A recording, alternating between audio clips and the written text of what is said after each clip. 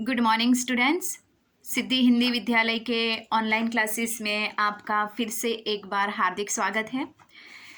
उम्मीद करती हूँ कि हम जो यहाँ से ये जो ऑनलाइन क्लासेस के वीडियो आप तक पहुँचा रहे हैं, आप उसको ध्यान से देख रहे होंगे और पढ़ रहे होंगे।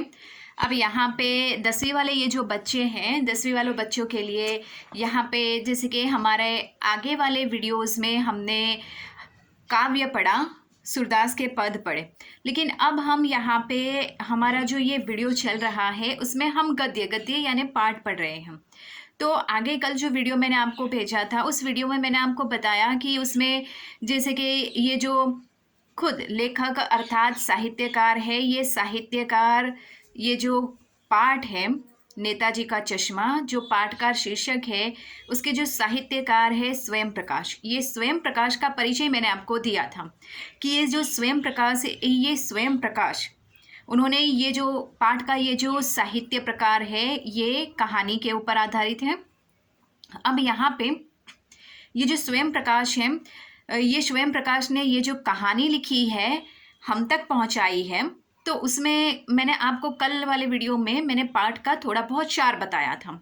उसमें मैंने आपको कहा था कि यहाँ पे ये जो पात्र हैं, उन्होंने अपने पात्र को हलदर साहब नाम का ये शीर्षक दिया है और इस कहानी में अपने आप को उन्होंने हलदर साहब करके एक पहचान बताई हम कि जो 15-20 दिनों में वो गांव की शहर करने के लिए जाते हैं, मतलब उनका जो काम होता है वो काम करने के लिए वो वहाँ पे जाते हैं। तो वहाँ पे उस कस्बे से उनको गुजरना पड़ता है। एक छोटा सा कस्बा है, आगे वाले वीडियो में मैंने आपको बताया था थोड़ा बहुत पाठ का सार। तो ये पूरा ये जो बेसिकली ये जो हमारा ये जो पाठ है, ये जो लेसन है, वो एक तरफ से देखा जाए तो देशभक्ति के ऊपर आधारित है। ध्यान से सुनिएगा बच्चों, देशभक्ति के ऊपर आधारित है। क्यों? क्योंकि ये देशभक्ति के ऊपर आधारित है। आप सोचोगे कि मैडम ऐसा क्यों कह रहे हैं, क्योंकि उसमें तो कहानी जैसा है।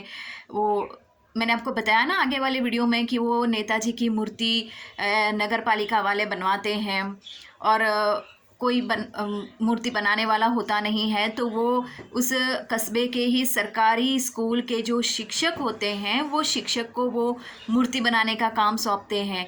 शिक्षक वो मूर्ति बनाता है, बिल्कुल। और ये जो मूर्ति बनती है वो सुभाष चंद्र बोस की होती है। तो उन्होंने जो चश्मे पहने हुए होते हैं, तो ये जो शिक्षक है उसने ये मूर्ति तो बनाई, लेकिन ये ड्राइंग का जो टीचर है मूर्ति बनाता है, लेकिन उसने एक गलती कर दी कि चश्मा नहीं है। तो उस गांव में रहने वाले चश्मे की दुकान चलाने वाला एक इंसान है। वो इंसान यहाँ पे हर रोज़ मूर्ति के ऊपर नए नए प्रकार के चश्मे वो पहनाता है। तो यहाँ पे आप बोलोगे कि मैडम ये पाठ किस प्रकार से देशभक्ति के ऊपर आधारित है? तो देशभक्ति के ऊपर इसलिए है कि गांव में छोटे छोटे जो बच्चे होते हैं, ये बच्चे भी उस देखते हैं कि इस मूर्ति को देखते हैं और उनको बच्चों को तुरंत समझ में आ जाता है यहाँ पे कि चश्मे मतलब चश्मा नहीं है मूर्ति के ऊपर। तो यहाँ पे ये जो एक छोटा सा, बहुत सारे लोग होते हैं गांव में रहते हैं जो आए दिन वहाँ से गुजरते रहते हैं, जाते हैं, आते हैं, देखते हैं कि भाई मूर्ति बहुत सुंदर बनी है। नगर पालिका वालों ने भी मतलब उन्होंने भी देखा कि ये मूर्ति कितनी सुंदर है, लेकिन फिर भी ये चश्मे के प्रति किसी का ध्यान नहीं जाता है। एक मामूली सी ये चश्मे की दुकान, टूटी फूटी दुकान जिसकी होती है, वो चश्मे वाला, उसको कैप्टन करके बुलाया जाता है। वो कोई सेना में नहीं था, वो कोई सरहद के ऊपर जाकर उसने देश के लिए मतलब वहाँ पे वो खड़ा रहा, ऐसा नहीं था। लेकिन उसने देशभक्ति किस प्रकार से की, हर रोज़, वही मैं बता रही हूँ, हर रोज़ गांव से हज़ारों इंसान गुजरते हैं, देखते हैं, लेकिन वो चश्मे वाला क्या करता है, अपनी दुकान से एक चश्मा लाकर मूर्ति के ऊपर हर रोज़ पहना देता है। तो बच्चों यहाँ पे इस पाठ से हमें ये सीख मिलती है कि जैसे कि ये जो कहानी बहुत छोटी सी कहानी जैसी है, कि जैसे कि हर रोज़ हमारे ज़िंदगी में आए दिन बहुत कुछ होता है, हम लोग उसको देखते हैं, थोड़ा बहुत विचार विमर्श करेंगे, चर्चा विचारणा करेंगे, उसके बाद जैसे थे वैसा है। हम उसके ऊपर ज़्यादा प्रतिक्रियाएं नहीं करते हैं या फिर कुछ और ज़्यादा कुछ इतना सब कुछ नहीं कर देते हैं। एक बात मैं आपको बताना चाहती हूँ कि जैसे कि हम जिस देश में रहते हैं, यहाँ पे मैंने कई बार आपको क्लास में बताया है कि देशभक्ति है ना, ये देशभक्ति हम में बहुत सारी उमड़ के आती है। हाँ, बिल्कुल सही बात है, उमड़ के तो आती है, लेकिन कब उमड़ के आती है? जब वो कुछ मैच होता है या फिर ऐसी कोई जब इंडिया का मैच किसी और देश से या कि वर्ल्ड कप से होता है या फिर जैसे कि किसी और देश के साथ होता है, तब उस समय क्या होता है, हम भारत माता की जय, भारत माता, तो वो देशभक्ति हम जताते। लेकिन यहाँ पे हमारे कहने का तात्पर्य ये है बच्चों की, देशभक्ति जो होती है, जिस देश के प्रति हमारा ये जो कर्तव्य होता है, आपने देखा होगा कि हमारी किताबें जो होती है वो किताबों के ऊपर भी भारतीय नागरिक, उसके मूल तत्व मतलब नागरिकता के मूल तत्व कौन से होते हैं, ये हर एक किताबों के ऊपर दिया जाता है कि मूलभूत हमारे कर्तव्य कौन से हैं, जिस देश में रहते हैं उस देश के प्रति हमारे कर्तव्य कौन कौन से होते हैं, एक नागरिक होने के नाते हमारे कर्तव्य कौन कौन से होते हैं। और ज़रूरी नहीं होता है बच्चों की जैसे कि हाथ में बंदूक लेकर हमें सरहदों के ऊपर रहकर देश के लिए तैनात होकर मतलब देशभक्ति जतानी पड़े। देशभक्ति हमें कभी भी कहीं भी अवसर मिले, मौका मिले, हम जता सकते हैं। उसके लिए ज़रूरी नहीं होता है कि जैसे सिपाही बनो, अफसर बनो, लेकिन यहाँ पे जो अफसर है, जो सिपाही है और सही मायने में देश की रक्षा करने के लिए जहाँ पे वो सरहदों के ऊपर तैनात है, उनका हमें सम्मान करना चाहिए। और जब भी हमें अपने जीवन में देशभक्ति दिखाने का मौका मिले तो उस वक्त हमें वो देशभक्ति दिखानी चाहिए। यहाँ पे एक छोटी सी बात है, कहानी में बहुत छोटा सा मुद्दा है कि मूर्ति बना ली, वो भी नगर पालिकाओं वालों, और उन्होंने ये मूर्ति को ध्यान से नहीं देखा, लेकिन छोटे छोटे बच्चे, हज़ारों लोग गुजरते हैं, वो भी मूर्ति को देखते हैं, लेकिन फिर भी उनके जहन में, उनके दिमाग में ये बात नहीं आती है।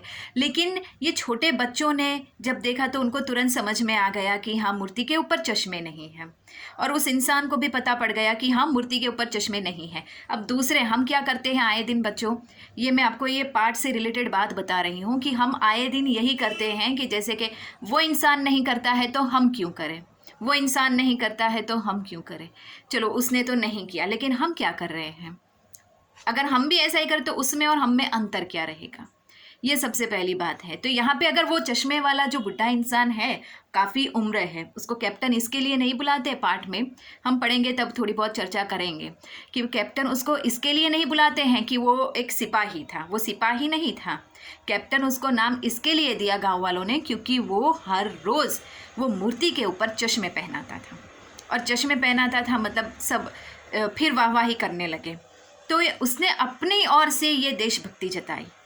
तो यहाँ पे एक छोटी सी बात है, लेकिन ये सोचने वाली बात है कि हर इंसान के जीवन में ये मौका मिलता है, लेकिन हम उस मौके को, उसने नहीं किया तो मैं क्यों करूं।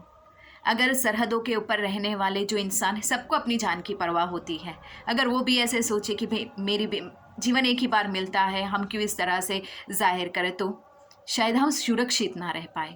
इसके लिए यहाँ पे ये पाठ के माध्यम से बच्चों हमें सीखने को मिलता है। ये यहाँ पे ये जो साहित्यकार है स्वयं प्रकाश, उन्होंने बहुत अच्छी बात हमें बताई है कि देशभक्ति है, ये देशभक्ति किस प्रकार से, यहाँ पे देश के प्रति हमारा कर्तव्य क्या है। और ज़रूरी नहीं होता है कि भाई कुछ एक फील्ड में जाकर ही हमें देशभक्ति जतानी चाहिए। हम जिस देश में रहते हैं उस देश के प्रति हमारा जो कर्तव्य होता है उसको भी बखूबी हमें निभाना चाहिए, और ये निभाने के लिए हमें किसी चीज़ की ज़रूरत नहीं पड़ती है। हम जैसे कि हम बहुत ही गर्व के साथ कहते हैं कि हम भारतवासी हैं, हम भारत में रहते हैं, बस इतना ही काफ़ी है हमारे लिए। और उसको जताने के लिए यहाँ पे इस पाठ में साहित्यकार ने बहुत अच्छी बात बताई है। अब बच्चों आगे वाला जो वीडियो है उस आगे वाले वीडियो में मैं थोड़ा थोड़ा पाठ का थोड़ा हिस्सा पढ़ती भी जाऊँगी और आपको उसके साथ साथ वो पाठ के सारांश के बारे में भी बताती जाऊँगी। ये मैंने यहाँ पे ये बातें इसके लिए आपको बताई ताकि आपको थोड़ा सा याद आए, थोड़ा सा जहन में कि हाँ मैडम ने आगे कुछ बताया था कि मतलब पाठ में देशभक्ति के बारे में है। पाठ में ये साहित्यकार हमें बताना चाहते हैं कि देशभक्ति ऐसा नहीं है कि इसी तरह से हो सकती है।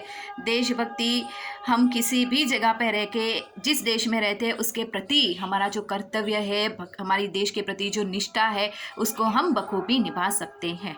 ठीक है, तो आगे वाले वीडियो में बच्चों हम ये जो पाठ है वो पाठ का मैं थोड़ा थोड़ा हिस्सा पढ़ती जाऊँगी और आपको समझाती जाऊँगी। Thank you.